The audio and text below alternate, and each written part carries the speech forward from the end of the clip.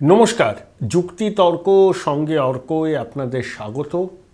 আপনাদের সঙ্গে আমি অর্ক। আজ আমার অতিথি, তার পরিচয় আপনাদের কাছে নতুন করে দেওয়ার কোনো প্রয়োজনও নেই, কিন্তু দিতে হয়, কারণ এটা একটা শিষ্টাচার বলাই ভালো। রুদ্রনীল ঘোষ।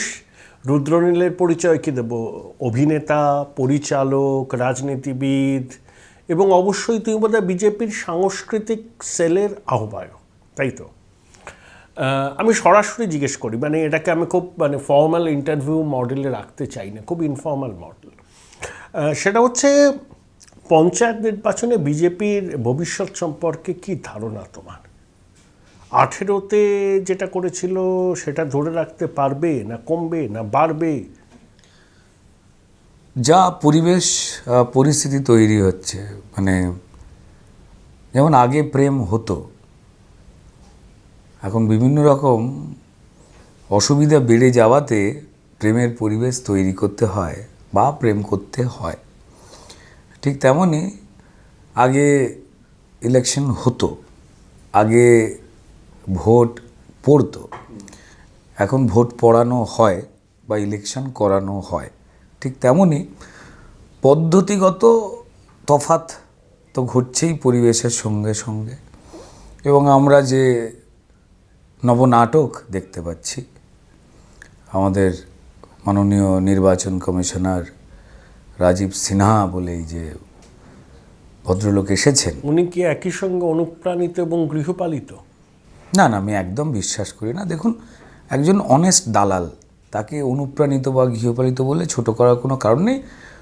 দালালের সম্মানে একজন দালালকে সম্মান দেওয়া উচিত। যদি এটাকে আপনি ব্রোকার বলেন, দেখবেন ওনার মনে হবে কোট পরে বসে আছে। তো দালালকে ছোট করা উচিত নয়। হঠাৎ করে একজনের পদ ঘোষিত হলো, ঘোষিত হওয়ার সঙ্গে সঙ্গেই তিনি পরের দিন থেকেই যে নমিনেশন, সেটাও তার ঠিকুজি গোষ্ঠী ঠিক করা ছিল, এবং তারপর পর্যায়ক্রমে পশ্চিমবঙ্গের অশান্ত রক্তপাত, ইতিহাসে প্রমাণিত জায়গাগুলো কি কত প্রাণ ঝরেছে, সোনামণি সবই জানতেন। তারপরেও তিনি চিহ্নিত করতে পারলেন না, ভেবেই গেলেন। মাননীয় বিরোধী দলনেতা শ্রী শুভেন্দু অধিকারী মহাশয় এবং রাজ্য বিজেপির সভাপতি সুকান্ত মজুমদার, তারা বিভিন্নভাবে বিভিন্ন কিছু মনে করাতে লাগলেন, এবং তার সঙ্গে সঙ্গে অন্যান্য ছোটোখাটো রাজনৈতিক যারা দল রয়েছে বা সাধারণ নিরপেক্ষ মানুষ রয়েছেন, তারা যে আশঙ্কা করছিলেন, এই সবটাই কিন্তু আমাদের শেষ ভরসা। কারণ পশ্চিমবঙ্গে বিরোধীদের কণ্ঠস্বরে নিরপেক্ষতার সঙ্গে সংবিধান আইন বাঁচাতে অতন্দ্র প্রহরীর মতো কোর্ট দাঁড়িয়ে রয়েছে, যা সত্যি হওয়া উচিত ছিল না। কারণ কোর্টের অনেক ব্যস্ততা, এদিকটার জন্য তো সরকারকে আনা হয়েছে। তো যাই হোক, তাও কোর্টকে ব্যবস্থা নিতে হলো, কোর্ট মনে করালো পেলবতার সঙ্গে। তারপর এই দালাল কুমার, দালাল সিনহা, তিনি আবার ভুলে গেলেন। পার্টি অফিস থেকে যা যা অর্ডার আসছে শাসক দলের, উনি সেই মোতাবেক চলছেন।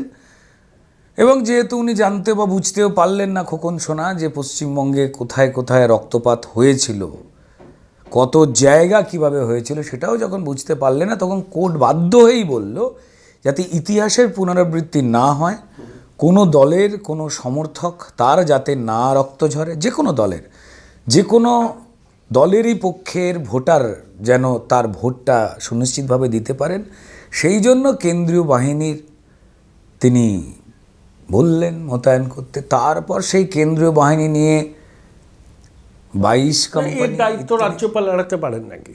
প্রথম কথা, উনি ফিরিয়ে দিয়েছিলেন ওনার নাম, তারপরে আরও দুটো নাম চাওয়া হয়। একটা অজিত রঞ্জন বর্ধনের নাম যায়, উনি অ্যাডিশনাল চিফ সেক্রেটারি পদমর্যাদা, আর এম ভি রাওকে তো আমি ব্যক্তিগতভাবে চিনি, ভদ্রলোক, কোনো ক্রেডেনশিয়ালগত কোনো সমস্যা নেই, অনুপ্রেরণার একটু কম। তা উনি আবার রাজীব সিনহাকেই তো নিয়োগ করলেন কেন? এখন তিনি হাইপার বলে যদি কথা বলেন, সিজারের পত্নীকে সব কিছুর ঊর্ধ্বে থাকা উচিত। আমার তো মনে হয় যে গভর্নরের activity, I have a great doubt, what is he doing, what is he planning to do, কি চান?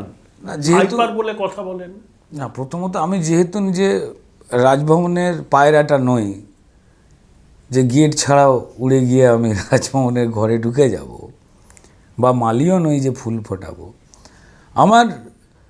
আমার নিজের মনে হয়েছে যে ওনাকে প্রথমে যেভাবে হাতে খড়ির পদ্ধতিতে অ আ ক খ যেভাবে তাকে বর্ণমালা শেখানো হয়েছে, তারপর কিন্তু আবার নিজের অক্ষর জ্ঞানে, মেধার অক্ষর জ্ঞানে তাকে আবার পরিপুষ্ট হতে, নিজেকে সেম ফর্মে নিয়ে আসবার জন্য একটু তার সময় লাগছে।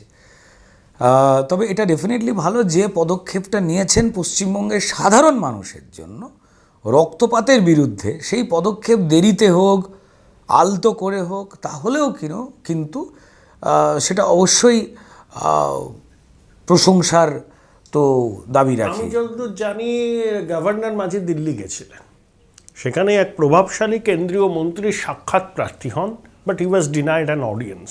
তাকে বলা হয় you go to West Bengal, দেখুন বাংলায় কি হচ্ছে। Then he came back. তারপরে ওনার ভাঙড়, ক্যানিং সফর, হসপিটাল সফর, হাইপার বলে বিবৃতি। অনেকে বলেন যারা আন্ডারস্ট্যান্ডিং আছে ওনার তৃণমূলের সঙ্গে, উনি মুখে যতটা বলেন কাজে ততটা ঠিক করেন না। জগদীপ ধনকরের সঙ্গে এটাই ওনার পার্থক্য। দেখুন, যারা পশ্চিমবঙ্গে ওনাকে পাঠিয়েছেন, তো তারাই এই বিষয়ে কথা বলতে পারবেন যে সুচিন্তিতভাবে পশ্চিমবঙ্গের মতো রাজনৈতিক হিংসায় পরিপুষ্ট একটা রাজ্যে তৃণমূলীয় যে সন্ত্রাস এবং পরিকাঠামো একটা সিস্টেম বলে দলীয় এবং সরকারিভাবে ইমপ্লিমেন্ট করা হয়েছে, যেখানে চুরিজচ্চুরির সঙ্গে প্রশাসনিক পদে থাকা লোকজনকে ইনভলভ করে নেওয়া হয়েছে এই করাপশন সিস্টেমটার মধ্যে। তো সেখানে কিন্তু যে কোনো বড় দায়িত্বে কেউ এলে তাকে অবশ্যই এগুলো সম্পর্কে যথেষ্ট ক্লাস করিয়ে তারপর কাউকে পাঠানো উচিত যে এইবার আপনার কাজটা নিরপেক্ষতার। কিন্তু এই ক্ষেত্রে যারা পাঠিয়েছেন, মানে সমগ্র কেন্দ্রীয় স্তরে যারা এগুলোর নির্ধারণ করেন, তারা সবাই মিলে যে একসঙ্গে উবু হয়ে বসে এই ক্লাস নিতে বসেছেন তা এমন নয়, কেউ থাকেন এই ব্যাপারে। তো সেই ক্ষেত্রে বোধহয় উনি যতটা নরম সরম মানুষ বলে মনে হলো, আর একটু কড়া লোককে না, অবাধ্য ছাত্রকে না কোথাও একটু কানমলা দিতে হয়। তো এবার মাস্টারমশাই যদি এই প্যাপ করে, তো এ বাচ্চা দুষ্টুরা পরিষ্কার কারুর জামায় কালি ছেটাবে, কারুর জামায় থুতু দেবে, কাউকে খিমচে দেবে, এগুলো হবেই। তো এই প্যাপে হয় না। তো উনি একটু এই প্যাপে দেখছিলাম প্রথম দিকে দুষ্কৃতিকারী যারা রয়েছে তাদের বকছিলেন, যারা হত্যালীলকে সংগঠিত করে, মানে মা মাটি মানুষ, মানে মায়ের সন্তান কাড়ে, মাটি চুরি করে, মানুষকে রক্তাক্ত করে। তো এই হেন একটা সিস্টেমের বিরুদ্ধে গণতন্ত্রকে রক্ষা করতে, সংবিধানকে রক্ষা করতে আর একটু মজবুত লোক বা মজবুত লেসন পাওয়া মানুষ এলে বেটার হতো। তবে যাই হোক, এটা ইন্টারেস্টিং কথা বলেছেন যে শয়তানের খেলা, এবিস প্লে, মানুষ রক্ত নিয়ে যেটা ভাঙড়ে হলো, উনি তো পৌঁছে গিয়েছিলেন। তো আমরা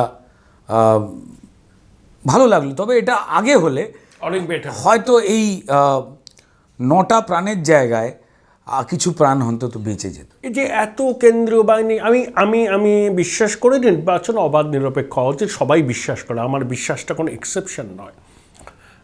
যা কেন্দ্রীয় বাহিনী রিকুইজিশন দিয়েছে নির্বাচন কমিশন দুগালে থাপ্পড় খেয়ে, এত অল্প সময়ের মধ্যে এত কেন্দ্রীয় বাহিনী দেওয়া সম্ভব নয়। স্বরাষ্ট্র মন্ত্রক বলেছে আগে 22 কোম্পানি অ্যালট হয়েছে, আরও 315 কোম্পানি দিলাম, 337। নির্বাচন কমিশন চেয়েছে 822। তোমার যদি 2013-র কথা মনে হয়, 5 দফায় ভোট হয়েছিল, 262 কোম্পানি কেন্দ্রীয় বাহিনী দেওয়া হয়েছিল। প্রথম দফায় 150 কোম্পানি ইউজ হয়, 102 কোম্পানি রিজার্ভে থাকে, তাদেরকেই আবার পরবর্তীকালে সবকটা স্টেপে গড়িয়ে করা হয়। একই, মানে নির্বাচনটা সুষ্ঠুভাবে করার জন্য যতটুকু দরকার তাও হয়নি, দ্যাটস আ ডিফারেন্ট কোশ্চেন।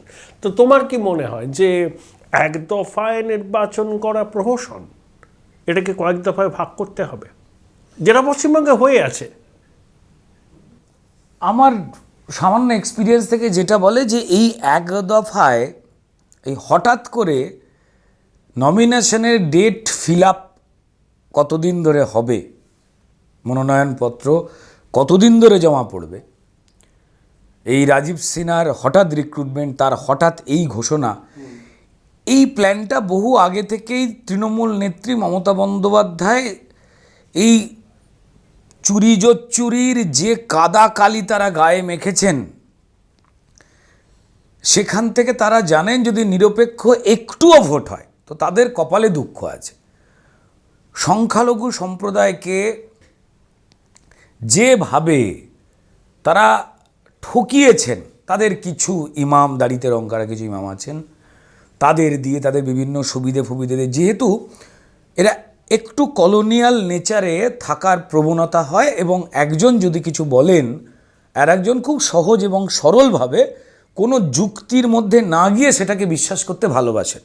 এটা যেখানেই যারাই সংখ্যালঘু থাকবেন না কেন, তবুও সংখ্যালঘু এই কথাটা বলতে আমার মনে হয় যে আমরা ভুল কথা বলি। 5% বা তার আশপাশে হয়ে গেলেই সংখ্যালঘু হয়, কিন্তু এখন যেভাবে 30% চলে এসছে, আমরা এটা বলতে পারি কোনো জেলায় তো তারা সংখ্যাগুরু। তো আমার তাই মুসলমান সম্প্রদায়ের যারা আমাদের ভাই বোন বন্ধু যারাই রয়েছেন, তারা কিন্তু কেউ সংখ্যালঘু নয়, বলতে হয় তাই বলে আর কি। তো তাদের একটা বড় অংশ কিন্তু যারা এই শিক্ষিত, সচেতন, লজিক্যাল যারা হয়েছেন, তারা কিন্তু তৃণমূলের এই খপ্পর থেকে বেরিয়ে চলে গেছে। আরও বেশি করে এটাকে হেল্প করেছে যে NRC-CA হয়ে গেলে বার করে দেবো অমুক তমুক। আমরা দেখেছি যে তাদের মধ্যে যারা একটু পড়াশোনা করেছেন, বাইরের জগতের সঙ্গে মিশছেন, অধ্যাপক হয়েছেন, উকিল হয়েছেন, তারা ডাক্তার হয়েছেন, যদিও সংখ্যায় অল্প, তবুও সেই মানুষগুলো কিন্তু এই সত্যিটা বলা শুরু করে দিয়েছিল। ইভেন দেখুন 2021 সালে তৃণমূল, আমি তো প্রার্থী হয়েছিলাম ভবানীপুরের মতো জায়গায়, যেখানে রাস্তার ল্যাম্পপোস্ট যতগুলো থাকে কিছু দূরে তার থেকে বেশি সংখ্যায় তৃণমূলের নেতামন্ত্রীদের বাড়ি। আর ঠিক যেমন আপনার রাস্তায় ম্যানহোল যত ঘন ঘন থাকে তত ঘন ঘন গুন্ডার চাষ হতো টবে ভবানীপুরে। তো এহেন জায়গায় দুরুম করে আমাকে যখন দাঁড় করানো হলো, সে সময় কিন্তু আমার বিরুদ্ধে মমতা বন্দ্যোপাধ্যায় হেরে যাবেন এটা জেনে কিন্তু দাঁড় করানো হয়েছিল ভদ্রলোক শোভনদেব চট্টোপাধ্যায়, বিদ্যুৎ মন্ত্রী ছিলেন। আমার সঙ্গে ব্যক্তিগত সম্পর্ক ভালো, ভদ্রলোক, চোর নয়, চুরির পক্ষে ভদ্রলোককে কখনো পর্যন্ত জড়িত থাকা বা চুরির বিরোধিতাও করে না, ঠিক আছে। গন্ডগোলটা হচ্ছে এই যে বিরোধিতা না করার জন্য ওনার ছেলের ক্যারিয়ারটাও শেষ করে দিল অভিষেক বন্দ্যোপাধ্যায়। তিনি কোন দুর্নীতিতে জড়িত না জড়িত এটা আলাদা একটা চ্যাপ্টার, নাকি নেই, নাকি টগর ফুলের মতো শুভ্র, জানি না। তদন্ত যত তাড়াতাড়ি কমপ্লিট হবে বুঝতে পারা যাবে। কিন্তু উনি খুব যত্ন করে যে তার সমবয়সী বা তাকে টেক্কা দিতে পারে একটু ইয়াং এজ বলা যায়, এই ধরনের যে কোনো শিবিরের পুরুষকে উনি ঠিক পিসির কাজে করে বায়না করে কিন্তু তাদের ডানাফানা কেটে দিয়েছে। এরম নয় যে অভিষেক কিছু একটা কাজে। ঝুমঝুমি বাচ্চারাতে এলো কি করে? ঝুমঝুমি বাচ্চারাতে যখন আসে তখন তার যখন বাবা বা মা কিনে দেন বা পিসি কিনে দেন, তো তাই এসছে। তো যাই হোক, তাই তাদের পরিবারের সঙ্গে আমার ব্যক্তিগত সম্পর্কের জায়গা থেকেও জানি যে শোভনদা হেরে যাচ্ছে নি, এবং সেই জন্য শোভনদাকে রাসবিহারী তার নিজের জেতা সিট সেখান থেকে তুলে নিয়ে এসে এখানে ফেলা হলো, যাতে উনি হেরেও যান। উনি হেরে গেলে ওনার সপরিবারে রাজনীতি থেকে ওনার মুক্তি ঘটে যাবে, বিদায় ঘণ্টা।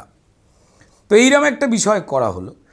তাতে কিন্তু তাদের তৃণমূলের পরিসংখ্যানে ওখানে কিন্তু আমি 8 থেকে 10,000 ভোটে জিতেছি। এবার কিভাবে ভোটার আপনার যাই থাকুক না কেন, ওই যেখানটায় গিয়ে আপনি বোতাম টেবেন কি করে যে আওয়াজটা হয়, ওইটাই হচ্ছে প্রথম আসল যন্তর মন্তর ঘর।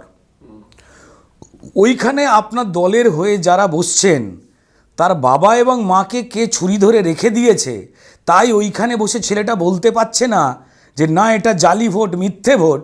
সেই কারণটাও কিন্তু বোঝবার ছিল, যেটা ভবানীপুরে করা হয়েছিল। যারা বসেই ছিলেন তাদের জীবন জীবিকা শেষ করে দেয়। কেউ হয়তো বাজার বিক্রি করতেন, কারোর হয়তো সামান্য একটা এগরোলের দোকান ছিল, কেউ চাউ বেচতেন, কেউ ছোটোখাটো রাস্তায় দোকান লাগাতেন। দেখুন, সক্রিয় রাজনীতিতে মিছিলে কিন্তু যে কোনো দলেরই তারাই সব থেকে বেশি এগিয়ে যায় যাদের হাওয়াই চটিতে সেফটি পিন দেওয়া থাকে। আমি মাননীয় শ্রদ্ধা তৃণমূল নেত্রী মমতা বন্দ্যোপাধ্যায়ের 5,500 6,000 বা 10,000 টাকা দামের হাওয়াই চটির কথা বলছি না, দামি। আমি বলছি 150 থেকে 150 টাকার মধ্যে যে হাওয়াই চটিগুলো গরিবরা পড়েন, যেগুলো আগে মমতা বন্দ্যোপাধ্যায় পরতেন, আমি সেই হাওয়াই চটির কথা বলছি। যারা হাঁটেন তারাই কিন্তু ভাবেন যদি কেউ আসে, যদি এরা আসে তাহলে বোধহয় আমার পেটে একটু ভাত আসবে। তো যাই হোক, এই পুরো মানুষগুলোকে থ্রেটের মধ্যে রেখে দেওয়া হয়েছিল, ফলত সুষ্ঠুভাবে ভোটটা হয়নি। এবং কাউন্টিংয়ের সময় যারা প্রিসাইডিং অফিসার বা যারা কাউন্টিং অফিসার ছিলেন তারা অধিকাংশ ক্ষেত্রে তো সরকারি লোক ছিলেনই না। আমি জানি না এরপরে কেন এই কাউন্টিংগুলো হয়ে গেল। যে যে জায়গাতে আমরা দেখেছিলাম যে সিসিটিভি ক্যামেরার সামনে কাগজ মেরে দেওয়া হচ্ছে, সেগুলো কি করে কাউন্ট হওয়ার মতো বুথ হলো জানি না।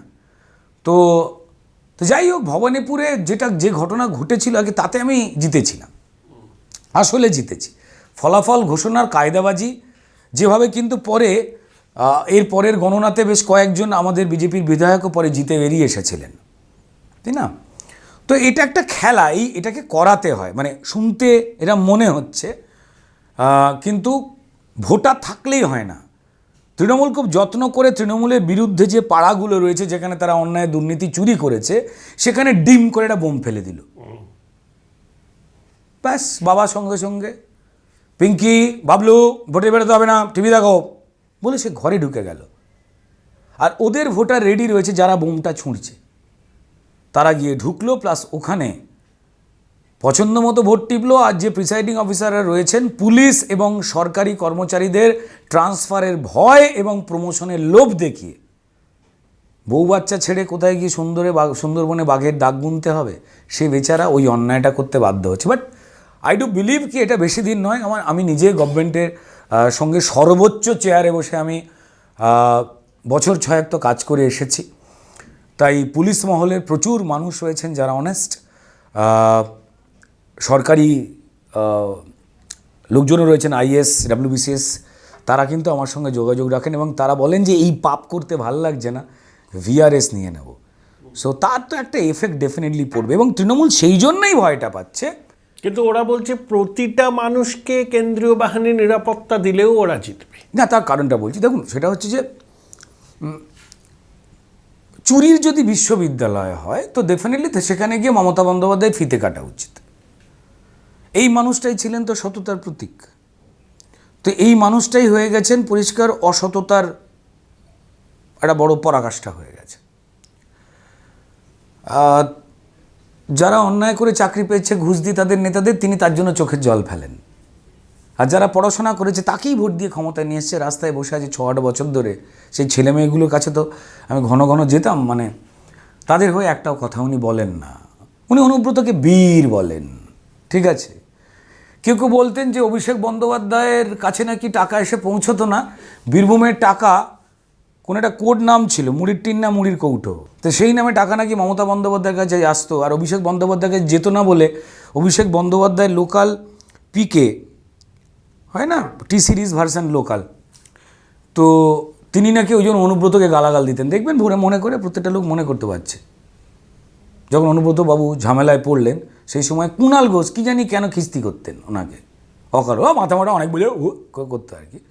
তো এগুলো ওই লোকে বলে যে নাকি পরিষ্কার ওই মুড়ির টিনের টাকা পয়সা বেচারা অভিষেকের কাছে পৌঁছতো না। কী করবে, এটা উঠতি ছেলে, এমনি আমাদের তো উঠতি ছেলেদের খরচ থাকে, দেখুন হয় না, তো সেই জন্যেই এই সমস্ত হয়েছে। তো যাই হোক, যে সিস্টেমটা এরা তৈরি করেছে দুর্নীতির, তা পৃথিবীতে বিরল। তারা অপশান 1 অপশান 2 জায়গা থেকে প্ল্যান রেডি। আচ্ছা, রাজীবকে যদি পাল্টে দেয় তাহলে কোন নির্জীব আছে? সব রেডি কিন্তু আগে থেকে। তারা জানেন যে কোন কোন একটা চোর যখন চুরি করতে ওঠে সে কিন্তু বিভিন্ন রকম প্রিকশন নিয়ে বেরোয়। আমি গ্রিল ধরে উঠবো, যদি গরম জল দিয়ে দেয় তাহলে বার্নার রেখে দেয়, ঠিক আছে। আচ্ছা, যদি ছাদের পাঁচিল ঘুরে পড়ে যায় তাহলে নাইলনের দড়ি বেঁধে বেঁধে রক ক্লাইম্বিংয়ের মতো করে উঠবো। তো ওদের এই প্রত্যেকটা সিস্টেম করা যায়। দেখতে পাচ্ছি না, বিডিওকে পাওয়া যাচ্ছে না খুঁজে, ভুয়ো প্রার্থীর নাম ফাম মোজামিল দিয়ে বিডিও বাড়ি থেকে হাওয়া। তো প্রশাসনিক স্তরে এরা যেটা করছে, আর খুব ইন্টারেস্টিং কথা, সমস্ত রাজ্য সরকারি কর্মচারীরা ডিএ ন্যায্য ডিএ রাস্তায়, দেখুন পুলিশ নামছে না, যে পুলিশ ডিএ পায় না। তো প্রমাণিত হয়ে যাচ্ছে যে তৃণমূলের হয়ে গিয়ে বিভিন্ন নেতা মন্ত্রীরা বিভিন্ন জেলা থেকে গরু, কয়লা, বালি, ছারপোকা, বাদুড় ফাদুড় যা ফা মেরে পয়সা রোজগার করতো। তা সত্যিই তো পুলিশের জিপে করে এসে পৌঁছবার জন্য পুলিশ লভ্যাংশ পায়। সেই লভ্যাংশ পায় বলেই তো সে আর ডিএ চাইছে না সামান্য পয়সার। এটা তো সামান্য পয়সা তার কাছে, নাহলে তো লজিক্যাল তো পুলিশেও ডিএতে নামতো। পুলিশের থানায় যে জিপগুলো চলে সেই তো তেল কারা দেয়? এলাকার কোন ব্যবসায়ীরা দেয়? ক্ষমতা তো নেই। মাননীয় মুখ্যমন্ত্রী তো নভেম্বরেই অ্যানাউন্সমেন্ট করে দিয়েছিলেন, নভেম্বর ডিসেম্বরে বারবার বলেছেন যে সরকারের কাছে টাকা নেই, টাকা নেই, টাকা নেই, টাকা নেই। উনি নিজেই বলেছেন, আমি আপনি বলেছি এমন না। সো তারা যে পরিকল্পনাটা করেছেন, এই কেন্দ্রীয় বাহিনী এলেও তাহলে কি করা যায় সেই পরিকল্পনার 3-4টে ব্লুপ্রিন্ট রয়েছে। যদি কেন্দ্রীয় বাহিনীকে আমরা কোনোভাবে ম্যানেজ করতে না পারি, দেখুন খুব সুন্দরভাবে তারা এই যে ওই কী যেন বলে না, ওই ভেলিগুড়ের ডালার মতো যেগুলো ইয়ে করে, ওই সিভিক পুলিশ না কী সব করেছে, এটা ইমিডিয়েটলি বন্ধ করা উচিত। মাননীয় বিরোধী দলনেতা এবং মাননীয় সভাপতির এই মুহূর্তে প্রোটেস্ট করা উচিত যে কেন্দ্রীয় স্তরের বাহিনীর পোশাকের ডিজাইন যা, শুধুমাত্র কালারটাকে একটুখানি পাল্টে দিয়ে পশ্চিমবঙ্গের এই সমস্ত ভেলিগুড়ের ডেলা এলেবেলে যেগুলো, যাদের একদম কোর্ট থেকে নির্দেশই রয়েছে যে আইন সংক্রান্ত কোনো কাজের মধ্যে তারা ঢুকতে পারবে না, তাদের জামার ডিজাইন করে দিয়েছে। ধরাও পড়েছিল যে পুলিশের হুবহু পুলিশের পোশাক তাদের পরিয়ে দেওয়া হয়েছে। তো কীভাবে ভোটটা লুট করা যায় সাধারণ মানুষকে ভোট না দিয়ে। এবার কি রোখার মতো জায়গায় আছে বিজেপি বা বিরোধীরা? দেখুন, বিরোধীরা মানসিকভাবে তো ডেফিনেটলি প্রস্তুত এরা রোকবার জন্য। এবং যেটা সবথেকে বড় কথা যে পশ্চিমবঙ্গের মানুষ কিন্তু আগে বিভিন্ন রকম বাঁকাটারা কথাবার্তা বলতেন, তো তারাও কিন্তু সাইকোলজিক্যালি একটা প্রস্তুত যে এবার যদি ধাক্কা না দেওয়া যায় তো তাহলে এর থেকে খারাপ অবস্থা হবে। কালকে এসেই বলে দেবে ছেড়ে দে, বাড়ি ফাড়ি ছেড়ে দে, আমাদের পার্টি অফিস করবো। এটা তো হয়েছে প্রচুর জায়গায়। এবার পরিষ্কার এসে বললো যে স্যার আপনার মেয়েকে পাঠিয়ে দিন না, আমরা ক্লাবে আড্ডা মারছি, একা একা ক্যারাম খেলছি, কোনো মেয়ে নেই, ভালো লাগতো, থালা নিয়ে দাঁড়িয়ে থাকবে, আমাদের চায়ের আরও কিছু আবদার করতে পারে বাড়তি, আপনার ছেলেটাকে পাঠিয়ে দিন না, ক্লাবে বাথরুমটা একটু পরিষ্কার করে দেবে, মদ খেয়ে ইসি করে ফেলেছি, একটু ফিনাইল ছড়িয়ে দেবে আপনার ছেলে। তো এই দিনটার জন্য মানুষ যদি ওয়েলকাম করতে চান তো মানুষ, আমার মনে হয় সেখান থেকে সরে আসছেন মানুষ। বলছে যে দ্বিতীয় ও তৃতীয় স্থানের জন্য বিজেপি আর বাম কংগ্রেসের লড়াই। আমি বুঝতে পারছি না, মানে হঠাৎ সিপিএম কোথায় গেল, যাই হোক হবে। আমি যদি টুকলি ছাড়া বাড়ি থেকে যা পড়াশোনা করে এসেছি সেই পরীক্ষায় যদি আমি দ্বিতীয় হই বা তৃতীয় হই সেটা অনেক সম্মানের, কিন্তু চোরের বাচ্চা যার বাপ চোর মা চোর সে কিন্তু টুকলিতে ফার্স্ট হয়ে যাওয়াকে বা যে টিচার গার্ডে রয়েছেন তাকে ঘুষি মেরে নাক ফাটিয়ে দিয়ে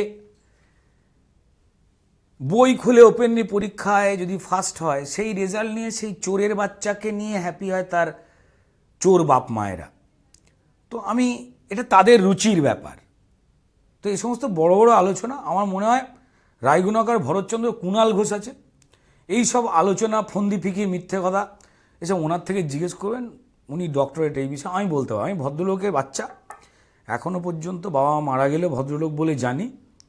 এখন ওরা তো অন্যরকম না, তো ওরা ওদের রুচির কথা ওরা বলতে পারবে। আবার এসে বলছে আমি সততার সঙ্গে দ্বিতীয় হই বা তৃতীয় হই, এটা আমার কাছে গর্ব। আমি চুরি করে পয়সা যদি না করতে পারি, যদি ইনস্টলমেন্টে আমার জীবন কাটাই, আমি যদি সপ্তাহে একদিন কোনো মতো একটা মাছ বা মাংসের ঝোল খাই, সেটাও আমার কাছে গর্বের। যদি তুমি চুরির পয়সায় যারা রোজ মাংস খাচ্ছে, রোজ বড় বড় বাড়ি বানাচ্ছে, রোজ বড় বড় গাড়ি বানিয়ে বলছে সমাজে প্রতিষ্ঠা পেলাম, তাদের আসলে মানুষ থুতু দেয়। আমি জানি না এই থুতুর প্রতি কি আসক্তি হতে পারে, অনেকে আবার আছে, আমাদের প্রচুর বন্ধুবান্ধব ছিল ছেলেবেলায় অনেকক্ষণ ধরে চুমু খেত। তো আমার মনে হয় তৃণমূলের এই নেতা মন্ত্রী, মুখ্যমন্ত্রী বোধহয় বলেছেন থুতুতে একটা আসক্তি তৈরি করতে, মেবি নাহলে তো হতে পারে না। কারণ আমি নিজে মাঝে মাঝে দেখি যখন এরা টেলিভিশন চ্যানেলে গিয়ে গলা ফাটায়, বিভিন্ন রকম কথাবার্তা বলে চোরেদের পক্ষে, যখন গলা শির ফুরিয়ে কথা বলে, আমার বারবার মনে হয় যে আচ্ছা একটু পরেই তো বাড়ি ফিরে যাবে, বুড়ো বাবা মা আছে, চোর নয়, কাটমানি খায় না এমন তার বউ আছে, যাকে চুমু খায়, যাকে আদর করে, তার বৈধ স্ত্রী বা তার বাচ্চাটা যদি তাকিয়ে থাকে যে বাবা তুমি ওই গরু চোর নিয়ে বললে, খারাপ লাগে না? আমি জানি না, মানে যে রাজনীতি করুক না কেন, যে কোনো দল, যে কোনো কর্মী তার দলকে বাঁচাবার চেষ্টা করবেই, কিন্তু বাঁচাতে গিয়ে এমন এমন ধরনের কথা তারা বলছেন যেখানে আমার মনে হচ্ছে যে পশ্চিমবঙ্গে যে নেচার, যে নেচারের কালচারটা, পরিপন্থী, যে সংস্কৃতিটা, যে রুচিটায় পশ্চিমবঙ্গ চলতো, সেখানে চোরকে একটা আভিধানিক ভদ্র সভ্য শব্দ করে তোলবার একটা এরা জায়গায় নিয়ে চলে যাচ্ছে। আমরা যখন ছোটোবেলায় ছিলাম, আমাদের সামনে কেউ যদি এই শালা শোন বলতো, আমরা এটা শুনে বড় হয়েছি। আমাদের সামনে ছেলে মেয়ে দাঁড়িয়ে হয়তো গল্প করতো না, বাবা মা হয়তো হ্যাঁ তুমি আজকে বেগুন আনুনি কেন, পটল এনেছো, এই ঝগড়াটা বাচ্চাকে দেখে কী হচ্ছে, বাবুই আছে, আস্তে কথা বলো, এটাও ছিল। সেইটাকে চড়ে গিয়ে আজকে তৃণমূলের কল্যাণে, এই নব তৃণমূলের একটা বাচ্চা হামাগুড়ি দিতে দিতে শোনে বাড়িতে টিভি চলছে, পার্থ অর্পিতা, ব্ল্যাক মানি কাট মানি, খাটের নিচে তলা, কোটি টাকা ঘুষ, গরু কয়লা পাথর বালি, তার ভোকাবুলারি, তার শব্দকোষগুলো তার পরিবর্তিত হয়ে যাচ্ছে, এবং তাকে পড়াচ্ছেও এমনজন যারা শিক্ষক নয়। সো আমি জানি না, আমি দলমতের বাইরে গিয়েও যদি বলছি, এটা একটা রাজ্যের চূড়ান্ত ক্ষতি করে দেওয়ার জন্য কিছু অর্থলোভী মানুষের, সারা ভারতবর্ষে সমস্ত রাজনৈতিক দলের কোথাও কারুর কোনো ভুল নেই, সে তো হয় না, সবাই নিষ্কলঙ্ক, সব জায়গাতেই পদ্ম ফুল ফুটে রয়েছে, রজনীগন্ধা ফুটে রয়েছে, এমন তো নয়। কোথাও না কোথাও তো দু একটা মানে ভ্রমরার সঙ্গে সঙ্গে বলতাও তো আসে, তাই না? ভুল তো হয়, কিন্তু এটা এমন একটা সিস্টেমের দল যেখানে তুমি যদি বলতা না হও, তুমি যদি কামড়াতে না পারো, তুমি যদি টাকা পয়সা মানুষের থেকে লুট করায় পটু যদি না হও, তাহলে তোমার কোনো স্বীকৃতি নেই। এবং সেটা মাননীয় রাজ্যের মুখ্যমন্ত্রী বারবার না ধরে, এবং তৃণমূল নেত্রী মমতা বন্দ্যোপাধ্যায় তাদের লালন করে, দুটো আলাদা লোক তো, একই চেয়ার হলে দুটো আলাদা মানুষ, আলাদা দায়িত্ব। যদি উনি গুলিয়ে দেন, উনি ভারতবর্ষের পতাকা পেছন দিকে রেখে মধ্যিখানে একটা বাংলার বকে পিছনে রেখে দিয়ে তিনি রাজনৈতিক কথাবার্তাই বলেন, যিনি অনুব্রতকে বীর বলেন ওই জায়গায় বসে, বেচারা হাঁসখালির মেয়েটা যাকে তৃণমূলের নেতারা ছেলের মানে অত্যাচার করে মেরে দিল, পুড়িয়ে মারল ডেথ সার্টিফিকেট ছাড়া, সেই মেয়েটাকে নিয়ে যখন খারাপ কথা বলেন, যখন তিনি যারা ঘুষ দিয়ে চাকরি পেয়েছে তাদের চাকরি রাখবার কথা যখন অনুরোধ করেন, তখন ভয় হয় এটা আমার রাজ্য নয়। আর এই মহিলার নাম ওই মমতা বন্দ্যোপাধ্যায় নয়, ইনি অন্য কেউ। নৌসাদ সম্পর্কে কি ধারণা? চোখে চোখ রেখে কথা বলছে। দেখুন, আমার এই ক্ষেত্রে না একটা জিনিস আমার ওর ভালো লাগে, রাজ্য জুড়ে দেশ জুড়ে ছেলেটা ভলি খেলেছে, তাই তো, মিশেছে, গণ্ডির বাইরে বেরিয়েছে, বেরিয়ে ওদের আইডিওলজি যাই হোক না কেন সেগুলোর আমি কিছুটা বুঝি, কিছুটা পছন্দ করি, বেশ কিছুটা মানি না, আবার কিছুটা বুঝতেও পারি না, ঠিক আছে। কিন্তু এই ছেলেটার মধ্যে যে স্পিরিটটা রয়েছে, আমার নিজের বিশ্বাস যে একটা সময় মুসলিম সমাজের একটা বড় অংশ কিন্তু যারা তৃণমূলের বিরুদ্ধে, চুরির বিরুদ্ধে, তারা এখনও যে বিচ্ছিন্ন হয়ে রয়েছেন, ও র্যালিং পয়েন্ট হতে পারে। নৌসাদের কাছে আমার মনে হয় তারা আসবেন, কারণ ওর চোখে মুখের মধ্যে না একটা অনেস্টি আছে, ঠিক আছে, সেটা রয়েছে। যেটাই করুক, মানে সেটা কি, সেটা কেমন তা হয়তো জানি না, কিন্তু হয় না আমরা বিভিন্ন ভাষাভাষীর মানুষকে দেখলেও বুঝতে পারি তার কথা বলার ধরন, তার অ্যাপ্রোচ, আর ওকে এত সহজে কেনা মুশকিল আছে। হ্যাঁ, সেটা আমি একদম সহমত। আপনারা আরো বেটার বলতে পারবেন, কারণ সহমত। তাহলে কিনে নিত এতদিনে, সাংবাদিকতার জন্য যা যা করা কিনে হয়েছে নিত তাহলে এতদিনে। হয়ে যেত আর কি। এতদিনে সবাইকে কেনা যায় না, সবাই ভাইরাল হয় না। হ্যাঁ সবাই কেনা যায় না। তাহলে আমি এখানে বসে বসে সবুজ চা খেতাম, হলুদ না। এখন রাজনৈতিক প্রশ্ন একটা করে কাজের প্রশ্ন করব। সেটা হচ্ছে মুখ্যমন্ত্রী পাটনা গেছেন দুজনকে নিয়ে, ববি হাকিম, অভিষেক, দুজনের মধ্যে সম্পর্ক পুতিন আর জেলেনস্কির মতো কার্যত। দুজনকে একসঙ্গে নিয়ে যাওয়া, অভিষেক করাতে চাইছেন সর্বভারতীয় স্তরে, আর ফিরাদকে বলতে চাইছেন ও বাচ্চা ছেলে, সামলে সামলে রাখতে হবে। দেখুন, আমি এটার মধ্যে কোনো কিছু খুঁজে পাচ্ছি না। বেসিক্যালি দুটো পারিবারিক দল, দুটো পরিবার মিট করেছে। এবার লালুজি কত টাকার গবাদি পশুর খাবার খেয়ে ফেলেছিল, দেখুন জেলে টেলে থাকবার ইচ্ছা, লালুজির মন বড়, থেকে থেকেই জেলে থাকবার ইচ্ছা হয়, চলে যায়, আবার ফেরত আসে। ওদের রাজ্যের সঙ্গে, ওদের রাজ্যের মানুষের পছন্দের সঙ্গে পশ্চিমবঙ্গের মানুষের পছন্দের মিল নেই। কিন্তু যেটা হয়, দেখুন কেউ জেলে যেতে ভালোবাসেন বলে চলে যাচ্ছেন সেই কাজগুলো করে, তার সঙ্গে মিট করতে গেছেন একটা দল যারা চাইলেই যে কোনো দিন জেলে চলে যেতে পারেন, কিন্তু জেলে যাওয়ার রাস্তাটাকে একটু ঘুরিয়ে রেখে দিয়েছেন বলে।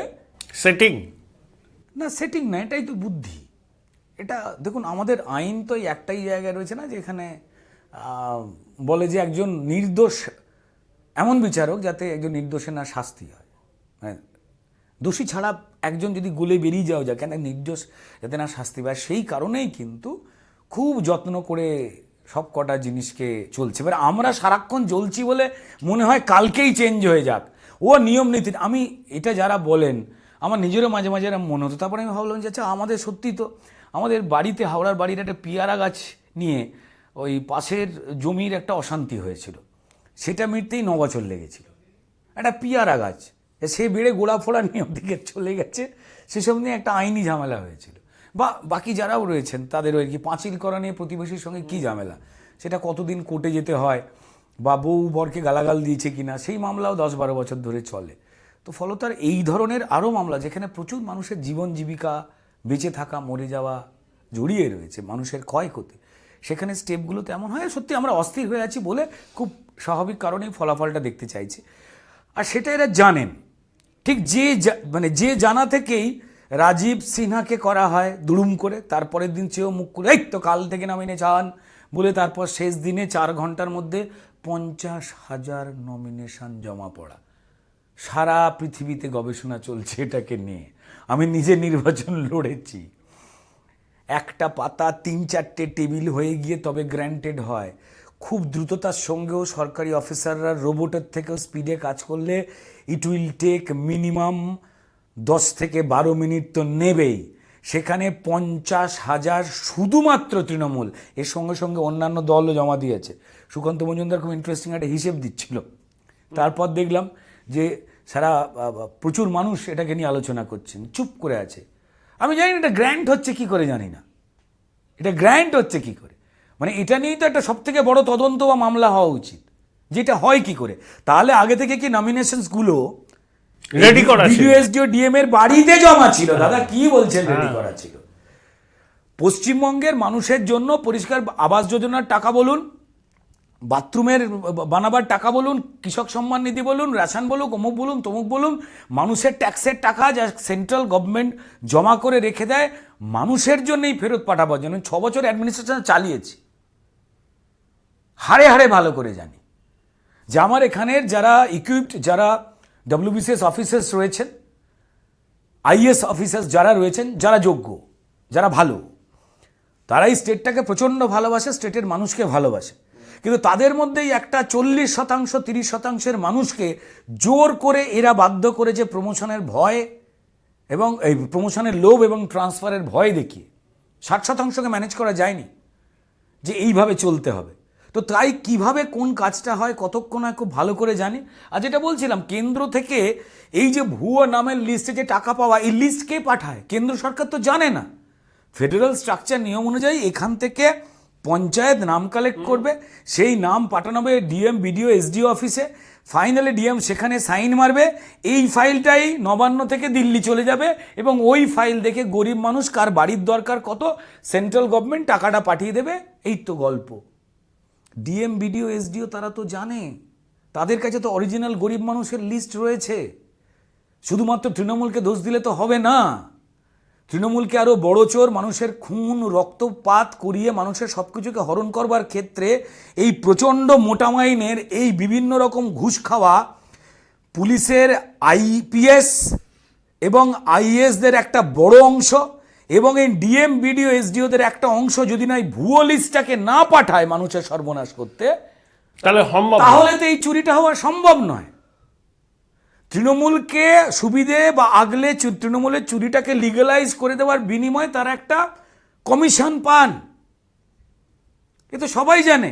এবার এই সিস্টেমটাই তো ভোট করাতে চায় পশ্চিমবঙ্গে, এই সিস্টেমই তো কেন্দ্রীয় বাহিনী এলে মিসগাইড করে।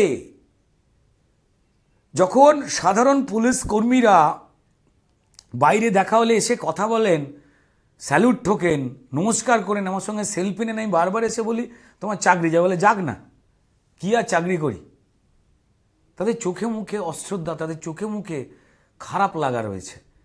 ডেফিনেটলি কোনো কিছু হয়ে গেলে আমিও পুলিশকে আক্রমণ করি, কারণ ওটা একটা সিস্টেম, একটা ঢাল।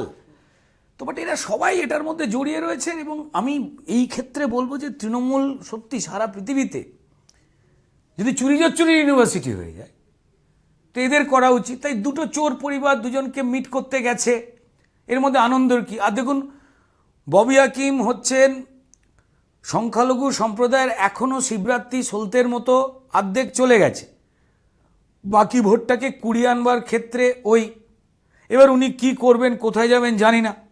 তার বিরুদ্ধেও বেশ কিছু দুর্নীতির অভিযোগ রয়েছে, পুরসভায় তার নিয়োগ নিয়ে সেও এক কিছু রয়েছে, বিভিন্ন রকম রয়েছে। তো তিনি কোন দিকে যাবেন বুঝতে পারছেন না। তো ফলত রোজ অপমানিত অসম্মানিত হতেই হবে। পড়েছি যবনের হাতে, খানা খেতে হবে, সাথে কিছু করার নেই। নবযুবক যাত্রা কিরকম দেখলে?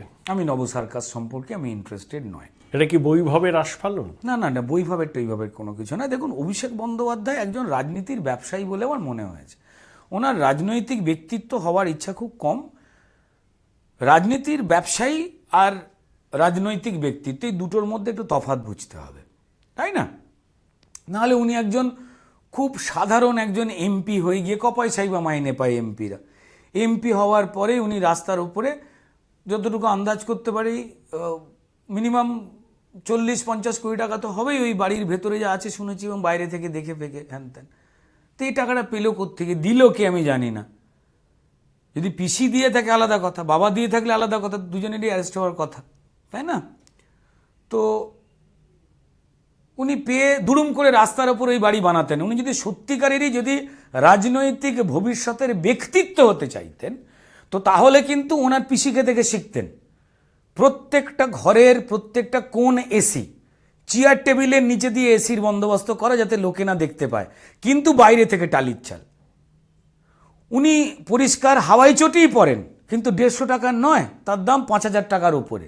এইটা দেখে শেখবার ছিল ছেলেটির। আমি দেখলাম যে তার ইন্টারেস্ট, এটা তার ব্যক্তিগত ইচ্ছা। আমি তো অভিষেক বন্দ্যোপাধ্যায়ের গার্জেন নই বা তার দলেরও কেউ নই, যারা আমরা বাইরে থেকে দেখে মনে হয় যে আগে কাছ থেকে দেখতাম, এখন বাইরে থেকে দেখি। খুব কাছে চলে এলে না হাতের রেখান আপনার ঝাপসা দেখবেন, দূরে রাখবেন দেখেন স্পষ্ট দেখতে পাওয়া যায়। তো যদি উনি সত্যিই রাজনৈতিক মেধার মানুষ হতেন তাহলে রাস্তার ওপরে 3-4 বছর রাজনীতি করবার পরে এই দুরুম করে এত মোটা টাকার কোনো বাড়ি উনি করতেন না, আমি এইটুকু বলতে পারি। উনি রাজনৈতিক ব্যবসায়ী, এবার রাজনৈতিক ব্যবসা করে উনি বড় হতে চান, বেঁচে থাকতে চান, চলাফেরা করতে চান, আওয়াজ তুলে কথা বলতে চান। এবার ওনার পতন উনি কত আগে দেখতে চাইবেন, দেখুন আমি তো বলার কেউ নেই, সেটা ওনার ওপর ডিপেন্ড করছে। কালীঘাটের কাকু দেখুন কালীঘাটের দেখুন টাউটার ফাউটার লোক তো নিরীহ দালাল টাইপের লোক, ঠিক আছে, যে অন্যায় করবার বিনিময়তে একটা ওদের দলের নিয়মই আছে 25% কমিশন না কত একটা পেতেন, এছাড়াও উনি 2 নম্বরই প্রমোটিং করতেন। তো অভিষেক বাবু ওনাকে চিনতেও পাচ্ছেন না তাই নাকি শুনলাম, আমি জানি না। তো তবে আমার যেটা মনে হয় যে তদন্তকারী সংস্থার কাছে এরা যা বলবার এতক্ষণে বলে দিয়েছে, কারণ যত বেশি ফটফট করবে ওই এই সমস্ত বিষয়গুলোকে নিয়ে তত বেশি এরা ভাঙে। মানে আমি কলকাতা পুলিশ থেকে শুরু করে কেন্দ্রীয় যারা তদন্তকারী সংস্থা, আমার দুটো মেধাযুক্ত বিভিন্ন লোকজন তো আমার বন্ধু হন, তাদের আমি জিজ্ঞেস করেছি এই নেচারগুলো কেমন হয়। বলেন যে যারা বেশি কনফিডেন্সের সঙ্গে যারা কথাবার্তা বলেন আর ফটফট করেন, ঠিক যখন পুলিশ জিপে তোলা হয় নামানো হয়, তারা আসলে ভেতরে কথাগুলো বলে ফেলেছেন বলে সেটাকে ঢাকবার জন্য তারা বাইরে এসেই মিথ্যে কথাটা বলেন। তো উনি বলছেন, তাই যেটা বলছিলাম যে অভিষেক বন্দ্যোপাধ্যায় তার রাজনৈতিক কেরিয়ার কীভাবে সাজাতে চাইছেন, দেখতে চাইছেন, একজন রাজনীতিবিদ হতে চেয়ে নাকি রাজনৈতিক ব্যবসায়ী হয়ে গিয়ে, সেটা ওনার ব্যক্তিগত ব্যাপার।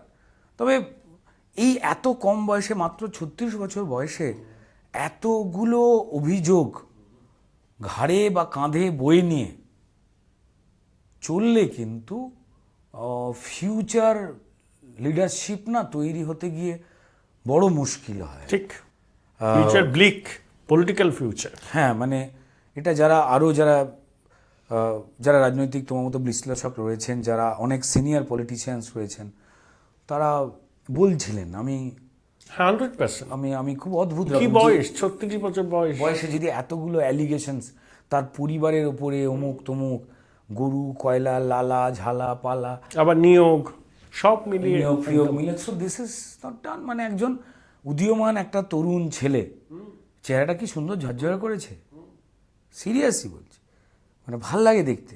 আগের থেকে গুছিয়ে কথাবার্তা বলা শিখেছে, কিন্তু মুশকিলটা হয়ে গেল সেই কথার মধ্যে যে দম্ভটা প্রকাশ পেয়ে গেল, তাতে বোঝা যাচ্ছিল এই বিনয়ের সঙ্গে সঙ্গে এরম করাটা আসলে একটা কাঁচা অভিনয় ছিল। আমরা তো প্রফেশনালি অ্যাক্টর, অভিনেতা, এবং আসল ধরা পড়ে গেল। আমি ওনাকে থ্যাংক ইউ দেবো, সবাই মিলেই ভাইপো চোর টাইপো চোর করতে। ভাইপো ঘরে ঘরে বাংলার ভাইপো ভাইজি আছে, ঘরে ঘরে পিসি কাকু জেঠু আছে, তাই তো। তো এবার অভিষেক নাম প্রচুর রয়েছে, তাই না, অভিষেক ব্যানার্জি নামও প্রচুর। তো এবার কোনজন হতে পারে জানতাম না।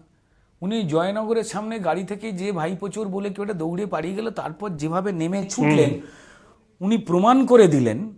যারা অভিষেক বন্দ্যোপাধ্যায় ফ্যান ক্লাবের গোল্ড কার্ড হোল্ড করা যারা মেম্বার, আমি তাদের জন্যও বলছি, যদি আলাপ থাকে বলবেন। তো আমার মনে হয় যে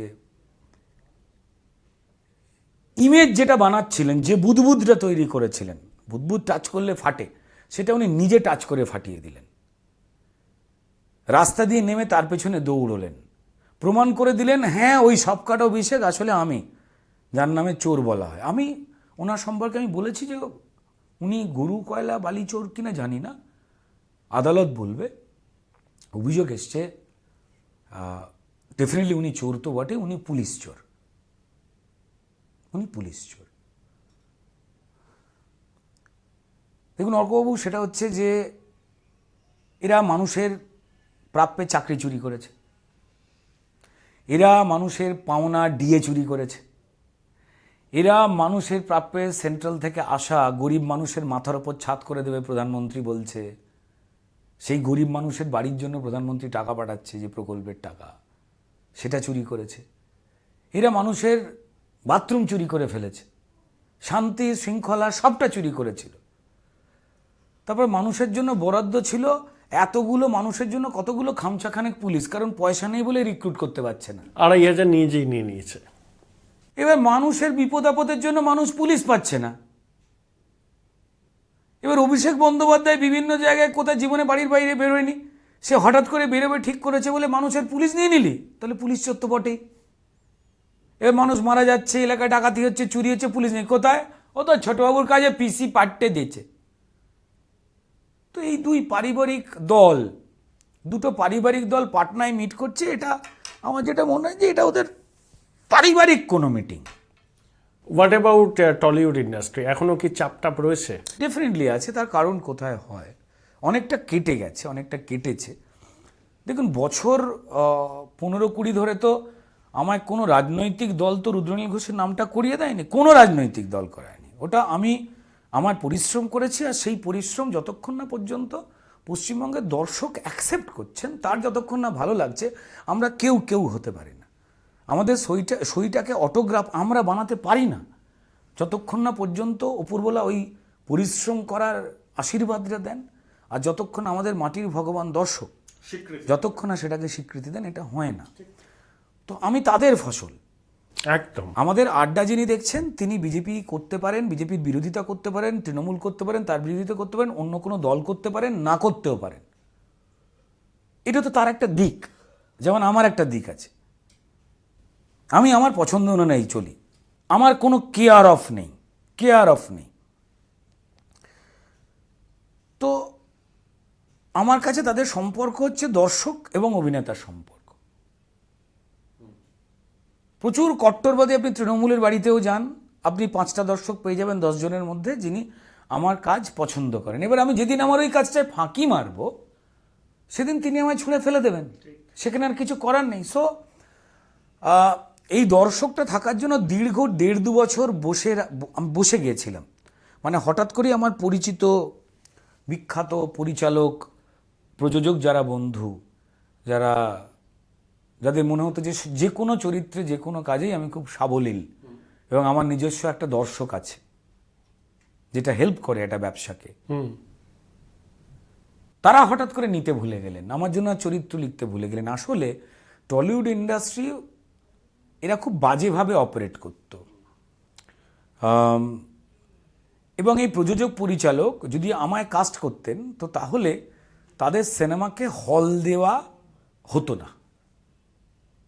এই যে লোকে মিঠুনদা নিয়ে চেঁচামেচি করবেই, তার আগে পরিষ্কার আমার সিনেমা আকাশ অংশত মেঘলা, আমি আর রাহুল অরুণোদয়, যদিও কট্টর সিপিএমের সমর্থক, ভালো অভিনেতা, তো আমাদের দুজনের করা সিনেমা, জয়দীপ মুখার্জির সিনেমা আকাশ অংশত মেঘলা, এ তো আগের ফেস্টিভ্যাল তো নন্দন সিলেক্টই করলো না, দেখাতেই দিল না।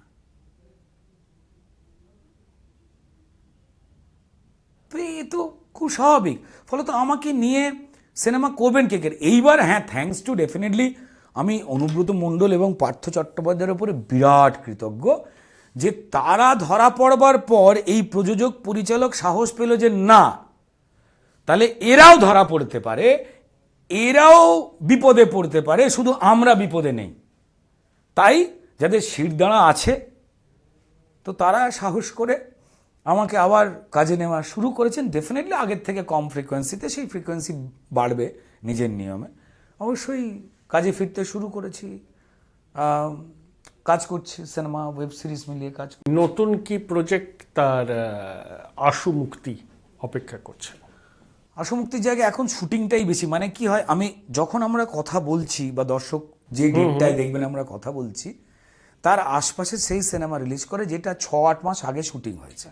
তো আমি যদি 1.5 মাস, আমাকে যদি মানে তৃণমূলীয় ভালোবাসা আমাকে যদি বেকার করে দেয় বিজেপি করবার অপরাধে, বা তৃণমূলের 2 নম্বরই নিয়ে, একমাত্র সোচ্চারের নাগাড়ে গলা আমি ফাটিয়ে গেছি, মার খেয়েছি। তৃণমূল থেকে প্রচুর অফার, প্রচুর প্রলোভন, প্রচুর টাকার অনেক কিছু এসছে, যায়নি। আর আমার পেছনে কেউ তাড়াও করেনি। আমি 2018-তে এদের সংসদ ত্যাগ করে বেরিয়ে আসি, কারণ ওই সিস্টেমটার মধ্যে থাকতে গেলেই আমাকে এই গরিব মানুষের অধিকার যে চুরি জোচ্চুরি, সেগুলোর সঙ্গে ইনভলভ হতেই হতে। বা যারা আমার আমার সেম প্রফেশনেরই প্রচুর বন্ধুবান্ধব রয়েছেন, যারা সব কিছু ঘটা সত্ত্বেও চোখ বন্ধ করে মেনে নিতে পেরেছেন, বা নিজের জীবনের একটু বাড়তি সুবিধে আসছে, সেগুলো যারা অস্বীকার করতে চাননি রয়েছে, তারা রয়েছে, তাদের ইচ্ছা। বাট তারা প্রকাশ্যে তৃণমূলের কোনো ভালো কাজ নিয়ে তারা কথা বলছেন। হ্যাঁ, হতে পারেন আমার এক সহকর্মী নুসরাত জাহান বা এরা ঠাপাটাপ বাঁশ দিয়ে মারবার নিদান দিচ্ছেন, আমার নিজের দুঃখ লাগে। সেটা হচ্ছে উনি একজন সাংসদ, ঠিক আছে, উনি যে কথা বলছেন তা হিংসাকে প্ররোচনা দেবে এবং ডিরেক্টলি অ্যারেস্ট হয়ে যাওয়ার কথা ওনার। কেন হয়নি, কারা করেনি জানি না, কিন্তু আইন তো ভেঙেছেনি। তো এটা ওদের কালচার। এই তৃণমূল মানে কি হচ্ছে না অর্কবাবু, যদি আপনি আমি এই মুহূর্তে হিমালয়ে যাই, এই পোশাকটা পরে থাকবো না, মাংকি ক্যাপ ফ্যাপ পরে চোখটাকে এইটুকু বার করে রাখতে হবে। জসমিন দেশে যদাচার। তাই তৃণমূলে রয়েছেন বলে নুসরাত জাহান বা ওদের এই কথাগুলো বলতে হবেই। মানে এটাই ওই দলের নিয়ম, মারো ধরো, হিংসা, লুট করো। চোরেদের বিরুদ্ধে ওরা কথাবার্তা কেন বলেন না জানি না, সেখান থেকে কিছু পান কি না, বা এটা দলের দস্তুর যে বলা যাবে না, তাই ডোন্ট নো, বাট খারাপ লাগে। আমার শেষ প্রশ্ন, পরমব্রত, রাজ, অরিন্দম শীল, তাদের সঙ্গে সম্পর্কের একটা শৈত্য হয়েছিল, সেটা কি এখন কেটেছে, একটু উন্নত হয়েছে, নাকি একই রকম আছে, না অবনতি হয়েছে? দেখুন, যেটা হয় সেটা হচ্ছে না, রাজনৈতিক সম্পর্কের বাইরে একটা জিনিস ফিল করতে হবে, এটা বুঝতেও হবে যে রুদ্রনীল ঘোষের জন্ম রাজনীতি দেয়নি। আমি ছোটবেলা থেকে, হ্যাঁ, আমার তৃণমূলীয় যে বন্ধু বান্ধবরা রয়েছে, এমএলএ এমপি বা সব রয়েছে, তারা জীবনে কোনো দিন রাজনীতি করতেও না, জীবনে কোনো দিন পাড়ায় কেউ মারা গেলে মরা পড়াতেও যেত না। তার আমি দোষের বলছি না, এখন ছোটোবেলা থেকে আমি রাজনীতি করে বড় হয়েছি, ঠিক আছে। রাজনীতির মানেটা কি, লোকের জন্য দৌড়নো কি, ঘাম রক্ত কি, স্লোগান দেওয়া কি, মার খাওয়া কি, রাজনীতি করতে গিয়ে নিজের দলের মধ্যে থেকে অশান্তি ফেস করা কি, তো আভ্যন্তরীণ বহিরাগত যে কোনো শত্রুর মোকাবিলা কি, তা আমি জানি, জেনে বড় হয়েছি, সেটা জানি। কিন্তু বাকিরা তো সেটা নন। তা সত্ত্বেও আমরা একটা চূড়ান্ত স্ট্রাগল পিরিয়ডে, যখন এই যে আজকে পাল্টে যাওয়া যে অডিও ভিজুয়াল ইন্ডাস্ট্রি, যেটা বলতে পারা যে আমাদেরই বন্ধু বান্ধব রুল করছে, তো আমরা এটার জন্য যে স্যাক্রিফাইসটা করেছি এই পরিবর্তনটার সময়, সেই জন্য কিন্তু পরিষ্কার আমরা একে অপরের প্রতি সহানুভূতিশীল থাকব। দেখুন, তথাগত রায় আর সৌগত রায় ঘুম থেকে উঠে কি এই দাদা বলে ছুরি নিয়ে বেরোয় না, নিশ্চয়ই, তাই না? তো এটা তো নয়, সৌজন্যতারও তো ব্যাপার আছে। এই যে আপনি ধরুন সকালবেলা উঠে মাছ কিনতে গেলেন, ধরুন আপনি তৃণমূল, যে মাছ বেচছে সে বিজেপি মাছ কিনবো না, যদি বলেন আপনার থেকে বড় মূর্খ শ্রেষ্ঠ পুরস্কার কেউ পাবেন। এটা গণতান্ত্রিক অধিকার, আপনি কাকে পছন্দ করবেন বা করবেন না। প্রচুর প্রেম আছে, প্রচুর হাজব্যান্ড ওয়াইফ আছে যারা বিভিন্ন দলের মধ্যে বিলং করেন, পরিবারের বড়দা এক দল, ছোটদা এক দল আছে। এই এক কোন একটা কাগজে পড়ছিলাম আমি কিছুদিন আগে, আমাদের তৃণমূলের এমপি মিমি, তার 3 মামি দাঁড়িয়েছেন 3 দল থেকে। এবার শুনে এটা মনে হতেই পারে ইচ্ছা করে ওকে দাঁড় করিয়েছে, না, তারা যে ভাবনা চিন্তা নিয়ে যেখান থেকে বেড়ে উঠেছে 3টে দল থেকে, সেখানে দাঁড়িয়েছে। তারা কি করা যেতে পারে? তার মানে কি মারামারি করব? তার মানে কি আমি অকারণ গালাগালি দেব? তবে হ্যাঁ, ডেফিনেটলি যে কোনো দলে যারা এই হিংসাকে প্রশ্রয় দেওয়া মানুষ হয়ে থাকে কেউ, তো তাহলে অবশ্যই তার বিরুদ্ধে কথা বলা উচিত। তিনি বন্ধু হলে বা দেখা হলে বলা উচিত যে এটা তুই করেছিস, অন্যায় করেছিস। আমার তো অসুবিধা হয়নি, নুসরাত জাহান আমার কলিগ, কিন্তু আমার তো অসুবিধা হয়নি তিনি যখন এই ঠাপাটাপ বাঁশ পেটাবার কথা বলেছেন, তার বিরুদ্ধে আমার এই কথাগুলো বলতে তো অসুবিধা নেই। আমার সামনে যদি দেখাও হয় তার সঙ্গে, আমি একই কথা বলবো, দিস ইজ নট ডান, এটা উচিত হয়নি। এবং আমি যদি কোনো ভুল করি, তো ডেফিনেটলি আমার অন্য কোনো রাজনৈতিক বন্ধুরা তারা বলতেই পারে, যে রেকটিফাই করে নাও। 100%। দেখো, আমার কট্টর যারা রাজনীতি থেকে শুধুমাত্রই রাজনৈতিক পরিবেশে সমাজে যারা পরিচিত হয়েছে, রাজনৈতিক পরিবেশে পশ্চিমবঙ্গের সব মানুষ বড়। আমাদের রাজ্যে চায়ের দোকানে বিধানসভা বসে, আর ভোটের আগে রান্নাঘরে লোকসভা বসে মায়েদের। ওসব ফালতু কথা বলে লাভ নেই, এটা অন্য কোনো রাজ্যে হয় না, ইয়েস, এটা পশ্চিমবঙ্গে হয়।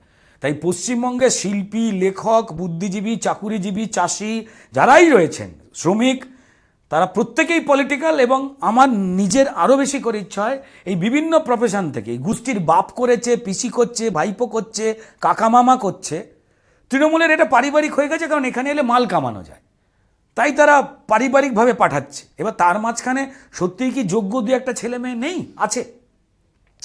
কিন্তু এটা পশ্চিমবঙ্গের ক্ষেত্রে আমার নিজের মনে হয় যে বিভিন্ন পেশার যারা মানুষ রয়েছেন, যে আইটি সেক্টরে আমার ছেলেমেয়েরা যে বন্ধুরা কাজ করছে বা হ্যান, আমার নিজের মনে হয় যদি আমরা এই জায়গাটা শুধু সমালোচনা করে যাই, তাহলে এই জায়গাটা তো পরিষ্কার যারা দুর্বৃত্ত তারাই দখল করে ফেলবে।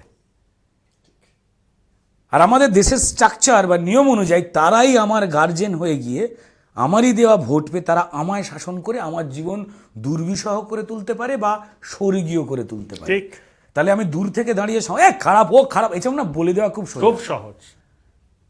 আমার নিজের মনে আমি যে কোনো আপনি ভাই যে রাজনৈতিক দলকেই সমর্থন করুন না কেন, একটু বেরিয়ে আসুন, যদি আপনি একটু শিক্ষিত বা সচেতন হন, তাহলেই না এই এই এই কুচক্রির যে দৈন্যতা একটা তৈরি হয়েছে সেটা আস্তে আস্তে সেখান থেকে না একটুখানি বেরোতে বেরিয়ে যাবে, পারবে। আর না হলে পারিবারিক সূত্রেই চলে যাবে সব কিছু। তো আমার এটা মনে হয় আর কি। যাই হোক, অনেক অনেক অনেক ধন্যবাদ। এতক্ষণ খোলামেলা, এটাকে তো আমি কি সাক্ষাৎকার বলবো না, আড্ডাই বলবো, কারণ ও রুদ্র খুব সুন্দর কথা বলে, গুছিয়ে কথা বলে, এবং যেটা বলতে চায় সেটা দ্বর্থহীন ভাষায় বলে। তাই আপনারা এতক্ষণ দেখলেন একটা আড্ডা সেশন, পলিটিক্যাল, ওর কাজের ব্যাপার এবং সমসাময়িক রাজনৈতিক বিষয় নিয়ে ওর কি ভাবনা চিন্তা। ভালো থাকবেন, সুস্থ থাকবেন। অনেক ধন্যবাদ তোমায় এতটা সময় দেওয়ার জন্য, বিজি শিডিউল। তোমাকে অনেক ধন্যবাদ। এবং যুক্তিতর্ক সঙ্গে অর্ক যারা দর্শক রয়েছেন তাদের কমেন্ট আমি কিন্তু বেশ পড়ি, কারণ অর্কবাবুর ইন্টারভিউ বা তার নিজের যখন এই শোটা করেন সেখান থেকে সমৃদ্ধ হওয়ার মতো প্রচুর উপাদান পাওয়া যায়। তথ্যনিষ্ঠ একটুখানি জিনিস জানতে পারলে আমার ভালো লাগে, বা যেমন আপনাদেরও ভালো লাগে। প্রত্যেকেই ভালো থাকবেন, সুস্থ থাকবেন।